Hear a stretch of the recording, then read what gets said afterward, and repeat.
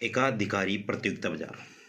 एकाधिकारी प्रतियोगिता बाजार एकाधिकारी प्रतियोगिता बाजार एक ऐसा बाजार है जिसमें किसी वस्तु के ढेर सारे क्रेता हैं, ढेर सारे विक्रेता हैं, यानी क्रेताओं और विक्रेताओं की संख्या बहुत अधिक होती है।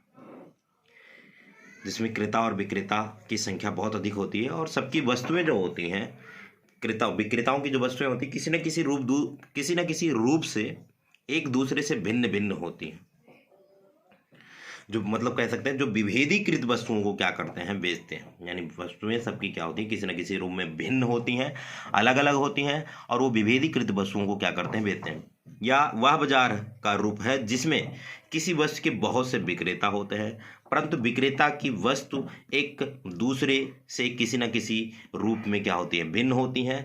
अतएव इस बाजार में बहुत सारे विक्रेता होते हैं और विभेदीकृत वस्तुओं को क्या करते हैं, बेचते हैं। विभेदीकृत वस्तुओं को क्या किया जाता है, बेचा जाता है। सबकी वस्तुएं किसी न किसी रूप में एक दूसरे से भिन्न भिन्न होती हैं। यानी एकाधिकारी प्रतियोगिता बाजार एक ऐसा बाजार है जिसमें किसी वस्तु के ढेर सारे क्रेता हैं, ढेर सारे विक्रेता हैं, क्रेताओं और विक्रेताओं की संख्या बहुत अधिक होती है और विभेदीकृत वस्तुओं को खरीदा और बेचा जाता है। इस बाजार की विशेषताएं पढ़ते हैं। एकाधिकारी प्रतियोगिता बाजार की विशेषताएं, क्या बाजार है, क्या क्या विशेषता। पहली विशेषता, क्रेताओं तथा विक्रेताओं की बड़ी संख्या।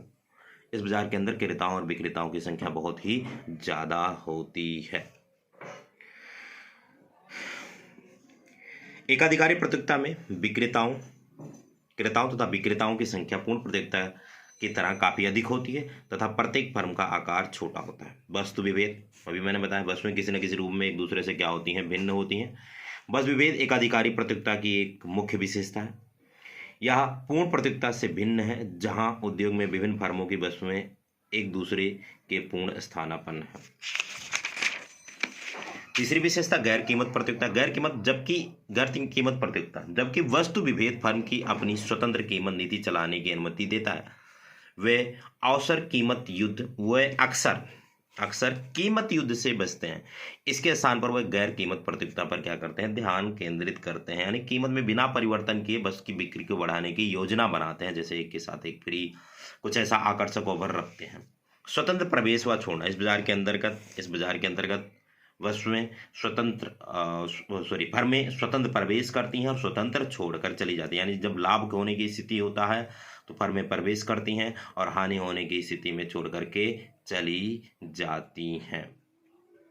एकाधिकारी प्रतियोगिता की तुलना में फर्मों का उद्योग में प्रवेश करने तथा उद्योग को छोड़ के जाने की स्वतंत्रता होती है, परंतु नई फर्म का उद्योग में प्रवेश करने की निरपेक्ष स्वतंत्रता नहीं होती है। पूर्ण गतिशीलता का अभाव। इस बाजार के अंतर्गत पूर्ण गतिशीलता पाया जाता है, पूर्ण गतिशीलता नहीं पाया जाता। पूर्ण गतिशीलता का क्या होता है, अभाव होता है। उत्पादक के कारकों, वस्तुओं और सेवाओं में गतिशीलता कम होती है। तदनुसार समान कारक या समान वस्तु के लिए भिन्न भिन्न कीमतें क्या होती हैं, प्रचलित होती हैं। यानी इस बाजार के अंदर उत्पादन के कारकों और सेवाओं में गतिशीलता कम पाई जाती है, जिसके कारण बाजार के अंतर्गत अलग अलग वस्तुओं की अलग अलग कीमत क्या होती है, प्रचलित होती है। कारक समान वस्तु के लिए, तदनुसार समान कारक या समान वस्तु के लिए अलग अलग कीमत क्या होती है, प्रचलित होती है। समान एक जैसी वस्तुओं के लिए अलग अलग कीमत क्या होती है, प्रचलित होती है। पूर्ण ज्ञान का अभाव। इस बाजार के अंतर्गत क्रेताओं और विक्रेताओं को पूरी की पूरी जानकारी नहीं होती है। पूर्ण ज्ञान का क्या होता है, अभाव होता है। वस्तु के विक्रेताओं और क्रेताओं को वस्तु की विभिन्न कीमतों का पूर्ण ज्ञान नहीं होता है, क्योंकि वस्तुएं विभिन्न है, अलग अलग है, वस्तुएं एक दूसरे से अलग अलग है और अलग अलग कीमत प्रचलित है। इसलिए बाजार के बारे में पूरा का पूरा ज्ञान नहीं होगा। ये पूर्ण ज्ञान का अभाव। हमने पढ़ा एकाधिकारी प्रतियोगिता बाजार जिसमें किसी वस्तु के ढेर सारे क्रेता, ढेर सारे विक्रेता होते हैं। विभेदीकृत वस्तुओं को खरीदा और बेचा जाता है। इस बाजार की विशेषताएं, क्रेताओं तथा विक्रेताओं की अधिक संख्या। वस्तु विभेद, इस बाजार के अंदर वस्तु विभेद पाया जाता है। गैर कीमत प्रतियोगिता, स्वतंत्र प्रवेश व छोड़ना, पूर्ण गतिशीलता का अभाव और पूर्ण ज्ञान का अभाव। अगला बाजार अल्पाधिकार बाजार। अल्पाधिकार बाजार वह बाजार होता है जिसमें किसी वस्तु के कुछ ही बड़े विक्रेता और बड़ी संख्या में क्रेता होते हैं। प्रत्येक विक्रेता का बाजार में काफी बड़ा भाग होता है क्योंकि विक्रेता केवल थोड़े होते हैं। अल्पाधिकार बाजार एक ऐसा बाजार होता है जिसमें किसी वस्तु के कुछ ही विक्रेता भी, यानी विक्रेताओं की संख्या बहुत कम होती है लेकिन खरीदने वालों की संख्या बहुत ज़्यादा होती है। और जो विक्रेता होता है उसके एक बाजार के बड़े से भाग पर नियंत्रण होता है।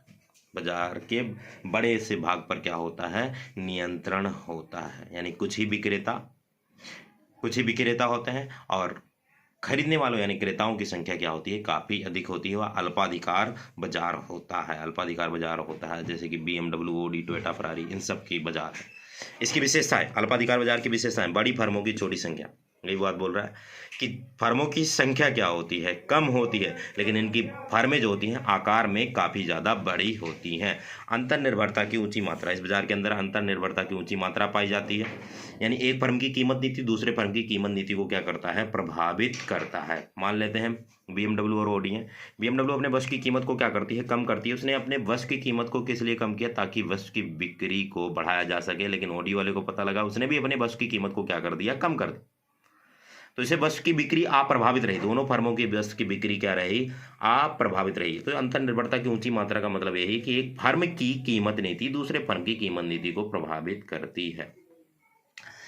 फर्म के मांग वक्र के निर्धारण में करना। इस फर्म के मांग वक्र का निर्धारण नहीं हो पाता। क्यों नहीं हो पाता? क्योंकि पता ही नहीं लगता कि कीमत के घटने या बढ़ने पर मांग पर क्या प्रभाव पड़ेगा या मांग पर क्या प्रभाव पड़ रहा है। कभी मांग अप्रभावित रहती है, कभी मांग घटती है, कभी मांग बढ़ती है। कोई ये निश्चित कीमत और मांग के बीच में कोई निश्चित संबंध नहीं हो पाने के कारण इसका मांग वक्र का निर्धारण करना संभव नहीं होता है। व्यापार गुटों का निर्माण करना। अब ये फर्में क्या करती हैं? प्रतियोगिता से बचने के लिए ये फर्में व्यापार गुट का क्या कर लेती हैं? निर्माण कर लेती हैं, कार्टेल बना लेती है। फर्मों के बीच प्रतियोगिता से बचने के लिए एक कार्टेल का क्या कर लेती हैं? व्यापार गुट का निर्माण कर लेती हैं। और उस व्यापार गुट के अंदर ये डिसीजन लिया जाता है कि जब भी कीमत बढ़ानी है या कीमत को क्या करना है? घटाना है, मिल करके कीमत को बढ़ाएंगे या घटाएंगे। ये है व्यापार गुट का निर्माण। प्रवेश की बाधाएं। नई फर्मों के प्रवेश की बाधाएं होती हैं। नई फर्में इस बाजार के अंदर आसानी से प्रवेश नहीं कर सकती हैं। क्यों नहीं प्रवेश कर सकती हैं? क्योंकि इसके लिए पेटेंट अधिकार लेना पड़ेगा। इन्हें कच्चे माल का प्रभुत्व चाहिए। बाजार से एक बड़े भाग पर कंट्रोल होना चाहिए। पूंजी की अधिक मात्रा लगती है, अधिक से अधिक पूंजी लगती है। तो इसके अंदर प्रवेश करना काफ़ी ज़्यादा क्या होता है? कठिन होता है। क्यों कठिन होता है? क्योंकि पेटेंट अधिकार लेना पड़ता है। बाजार के एक बड़े भाग पर कंट्रोल होना चाहिए, कच्चा माल होना चाहिए, बड़ी मात्रा में पूंजी होनी चाहिए, तब जाकर प्रवेश लिया जा सकता है, जो कि सभी के लिए ये असंभव है। गैर कीमत प्रतियोगिता। कीमत में बिना परिवर्तन किए ये गैर कीमत प्रतियोगिता करते हैं, यानी कुछ आकर्षक ऑफर रखती हैं ताकि वस्तु के बाजार बिक्री को क्या किया जा सके? बढ़ाया जा सके। तो ये अल्पाधिकार बाजार और अल्पाधिकार बाजार की विशेषताएं। अल्पाधिकार बाजार इसकी विशेषताएं: बड़े फर्मों की छोटी संख्या, अंतर्निर्भरता की ऊंची मात्रा, फर्म के मांग वक्र के निर्धारण में कठिनाई, व्यापार गुटों का निर्माण और प्रवेश की बाधाएं और गैर कीमत प्रतियोगिता।